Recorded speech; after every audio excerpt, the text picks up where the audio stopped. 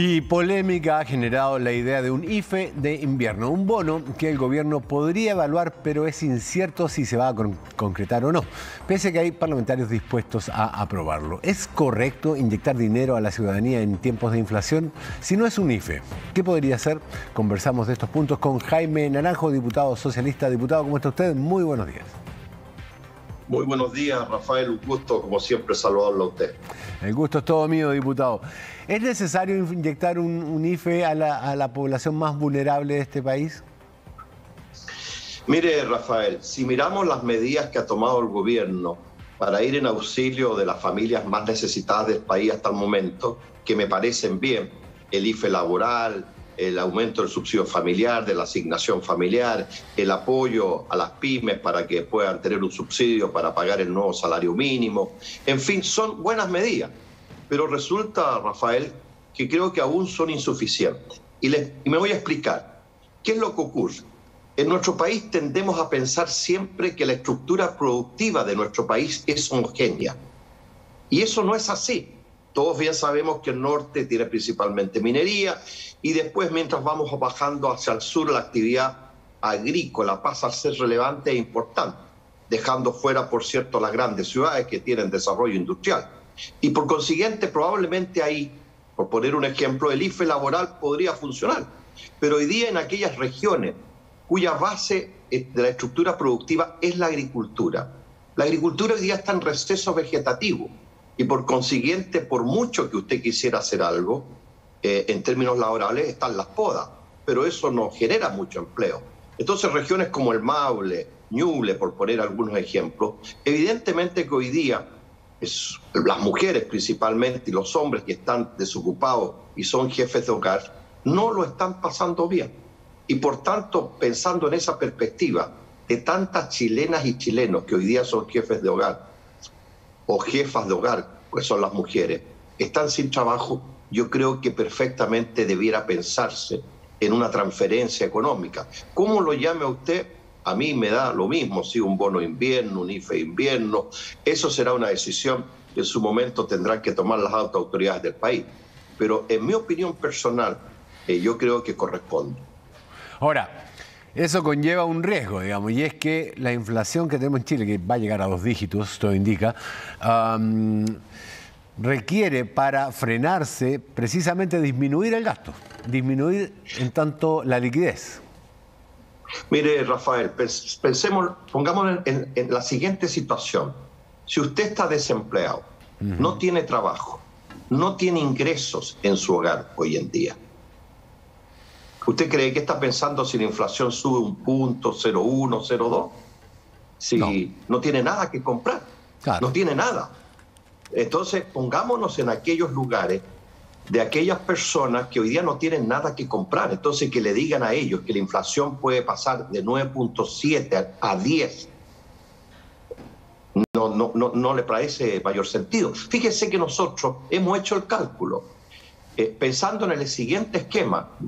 Es una propuesta, no es que el día de mañana se pueda implementar lo que voy a señalar, pero para justamente ser muy preciso y muy acotado, estamos pensando en un IFE o un bono de invierno que pudiera llegar al 60% de las familias más vulnerables de nuestro país que están en el registro social de hogar, en la ficha de registro social de hogar. Eso significa, en términos prácticos, que estaríamos llegando a 5 millones de personas y aproximadamente 5 millones de familias y 6,5 millones de personas. Si usted les entregara una cantidad de 50.000 pesos por cada miembro de familia, quiero advertirle, Rafael, que fíjese que casi el 40% de los hogares en Chile, de acuerdo a la ficha de registro social de hogar, está formado por una persona. Entonces, si usted le entregara 50.000 pesos a cada uno de ellos, si son 200, si son 350, si son 400, y ahí se queda. Eso tendría un costo, de acuerdo a lo que he calculado yo y los estudios que hemos hecho, de aproximadamente $1.000 millones mensuales. Eso tendría un impacto en la inflación entre alrededor de 0,1 a 0,2%. No es tanto tampoco. Y la idea es que se pudiera entregar a lo menos 3 meses, ahora en los meses de invierno, julio, agosto, septiembre. Es una propuesta. Yo sé que el gobierno y el presidente lo ha dicho el otro día, que estaban viendo, que estaban analizando, pero creo que efectivamente debiera ser el momento ahora en el mes de julio. Diputado, me permite una aclaración. ¿Es $1.000 millones mensuales o por los 3 meses? No, mensuales. Mensuales, o sea, $3.000 millones en total. ¿Qué opina el ministro de Economía, el ministro de Hacienda de esto? Mire, yo no quisiera ser imprudente en las conversaciones que hemos tenido, pero lo que yo me quedo son con las palabras del presidente de la República, que el otro día dijo que se estaba analizando esta propuesta, se estaba viendo. Y lo ha dicho siempre el presidente: si la situación sanitaria y socioeconómica del país amerita llegar a alguna transferencia, el gobierno va a estar disponible para hacerlo. Entonces, creo que lo importante que esto se vea, se analice, e insisto, hay familias que efectivamente lo están pasando mal. Usted mismo lo ha señalado. El alza que ha habido de determinados productos ha sido bastante fuerte. Si bien es cierto, el gobierno ha ayudado a paliar esa alza, inyectándole recursos al Medco para que no suba tanto la benzina, inyectando recursos para que la parafina no baje, viendo la cuestión de la electricidad para que no suba. Es decir, el gobierno está tomando medidas en el camino correcto, pero creo que aún falta un esfuerzo mayor, que sería esta transferencia directa a estas familias que principalmente, yo recorro mucho mi región, las distintas ciudades del Maule, converso con mucha gente, dialogo mucho con ellos, y claramente hay familias que hoy día, lamentablemente, como le decía anteriormente, por la estructura productiva, por lo menos en mi región y en otras regiones del país, el IFE laboral no se puede implementar, que es una gran medida. Claro, en la región metropolitana, donde hay una estructura productiva distinta, o en Concepción, por poner ejemplo, ciudades grandes, claramente el IFE laboral funciona perfecto, pero hay en otras donde el IFE laboral, por mucho que usted lo quisiera implementar, no hay muchas fuentes de empleo. Claro, lo que usted está proponiendo, diputado Naranjo, y me corrige si me equivoco, está enfocado básicamente en el mundo rural o suburbano. No necesariamente, Rafael, no necesariamente, no, porque también en las regiones como Santiago hay muchas mujeres jefas de hogar y hombres. Mire, si el mejor instrumento que tenemos hoy día en el país para ver la situación de la familia es la ficha de registro social de hogar. Correcto. Que está muy acotada, está muy actualizada, por consiguiente, donde menos errores usted puede cometer si quiere entregar una transferencia focalizada, bien dirigida, es irnos a la ficha de registro social de hogar. ¿Y usted cree que tenemos el sistema listo? O sea, ficha de registro social de hogares, cuenta RUT, hacer el depósito ahí inmediatamente.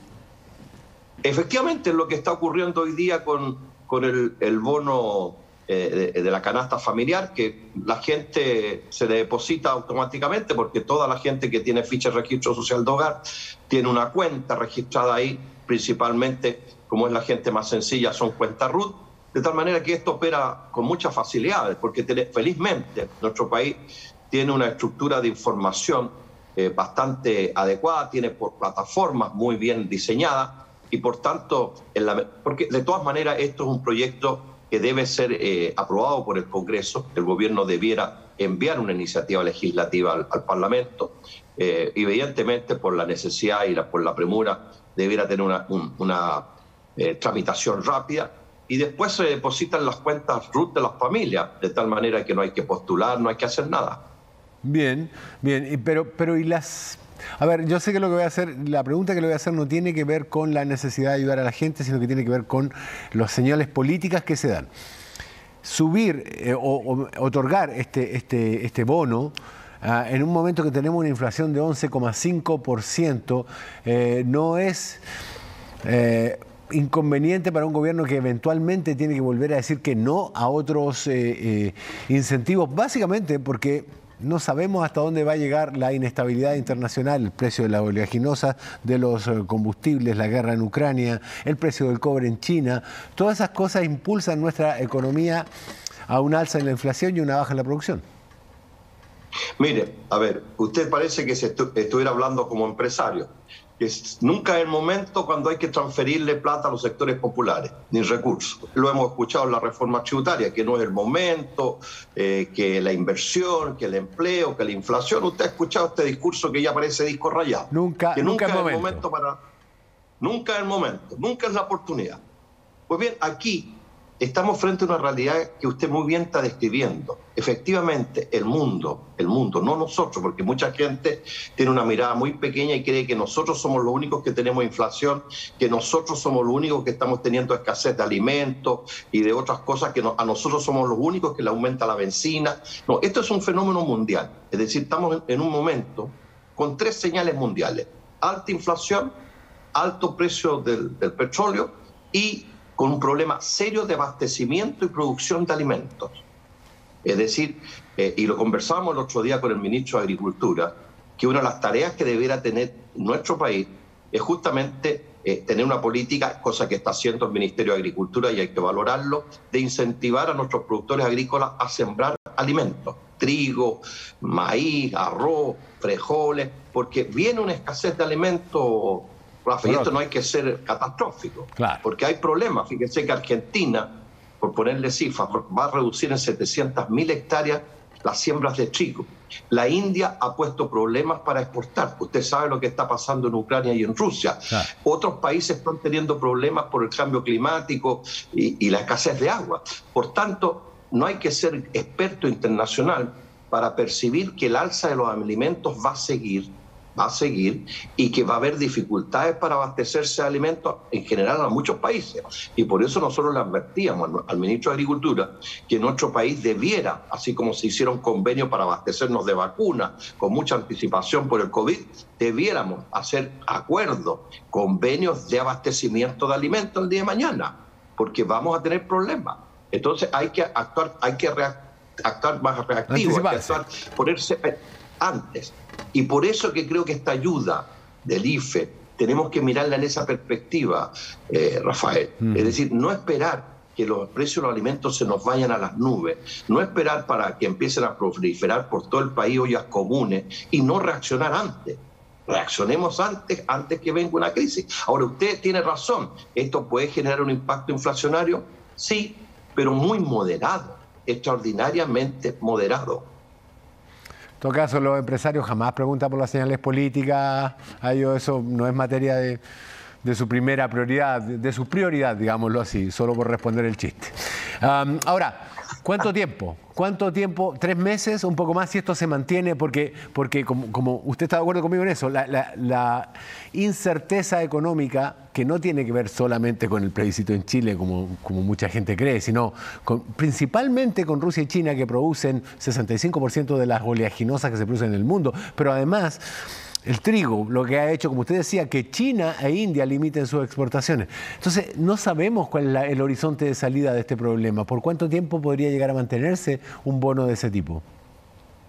Mire, yo soy partidario, como las actividades productivas en nuestro país se incrementan significativamente en la primavera y en el verano, en general en el país hay mucho más actividad por diversas razones, creo que no es necesario hacer una cosa por mucho tiempo. No, 2, 3 meses yo creo que sería una buena inyección para aquellas familias que no lo están pasando bien. Pero ya después las actividades productivas se comienzan a desarrollar, a iniciar, y ahí la gente comienza a entrar. Si aquí lo único que nos podría preocupar, Rafa, es que el COVID, espero que no, las señales no apuntan en esa dirección, felizmente, claro, es que tuviéramos que encerrar nuevamente a la población. Ahí sí que se nos complica el esquema. Pero felizmente hoy día eso pareciera no ocurrir, ni pareciera verse en el horizonte que pudiera suceder. Por eso es una ayuda, es una inyección de recursos muy focalizada, muy en el momento también, porque estas cosas hay que hacerlas en el momento, y este es el momento para hacerlo, justamente. Meses de poca actividad productiva, de mucho frío, mucha lluvia, bueno, todos estamos viendo. Claro. Hasta de la base, Rafael, que hoy día empezaron las vacaciones de invierno. Muchas mujeres tienen que quedar cuidándose a sus hijos, porque lamentablemente no hay una infraestructura donde ellas pudieran dejarlos mientras ellas salen a trabajar. Entonces estamos también con problemas ahí, que muchas de ellas ya lo comienzan a señalar también. Don Jaime Naranjo, diputado socialista, muchísimas gracias por el tiempo que nos ha dedicado acá en televisión. Que tenga una muy buena jornada. No, gracias Rafael, un gusto saludarlo como siempre.